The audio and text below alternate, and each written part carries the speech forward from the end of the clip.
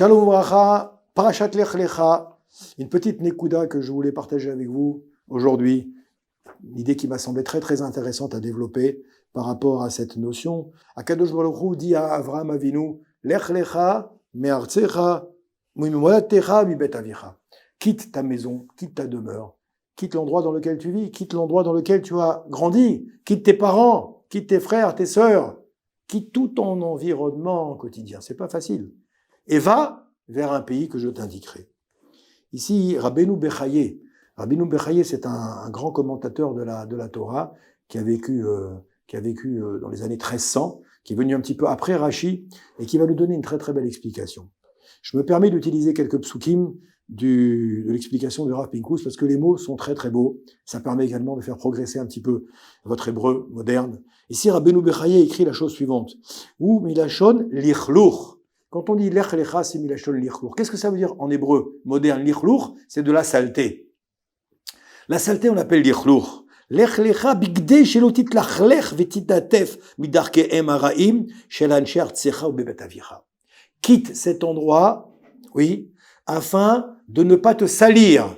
Littéralement, quelqu'un qui va traîner dans la poussière, dans la boue, vous imaginez, il va se salir. Akadosh Baruch Hu dit à Avraham Avinu, quitte cet endroit pour ne pas te salir dans l'endroit dans lequel tu es, avec tout cet environnement dans lequel tu vis aujourd'hui. Les Chaora, on se pose la question, pourquoi Akadosh Baruch Hu dit ça à Avraham Avinu? Avraham Avinu, c'était le big boss des personnes qui avaient la capacité de ramener les gens les plus éloignés de la Torah. Quelqu'un qui connaissait rien, qui connaissait pas la Torah. Il avait une capacité de pouvoir faire revenir les gens qui étaient incommensurables. Lui et sa femme. D'ailleurs, on dit qu'Avraham Avinu s'occupait des hommes pour les rapprocher de la Torah. Sarah, sa femme, s'occupait des femmes pour rapprocher les femmes de la Torah. Et lui, il faisait un travail extraordinaire. Ça veut dire que lui, il était complètement vacciné contre toute forme d'assimilation. Il était vacciné contre toute forme de possibilité d'être atteint par cette saleté spirituelle qu'il y avait dans son environnement. Et pourtant, à qui parle Akadosh Baruch Hu? Il parle pas à celui qui est le plus faible. Il parle à celui qui est le plus fort et nous dit Lech lecha me'artzecha mibet avicha mimolatecha. À toi, Avraham Avinu, quitte cet endroit parce que tu vas te salir. Tu vas t'abîmer spirituellement. Tu vas te laisser influencer par les gens qui t'entourent. Vous imaginez? Qu'est-ce que vient nous dire Akadosh Baruch Hu? Il vient nous dire une grande leçon. Je demande à Avraham Avinu de faire cet effort-là. Pourquoi?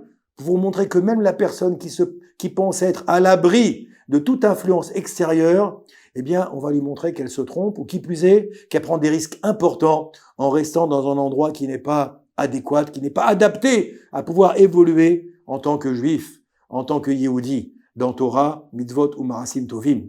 Et le Rav ici nous apporte un Rambam. Il apporte un Rambam célèbre. Le Rambam, il dit la chose suivante. Écoutez bien.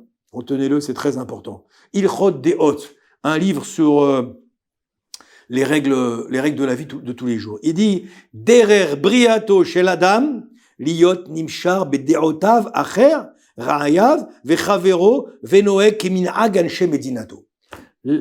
Comment dirais-je?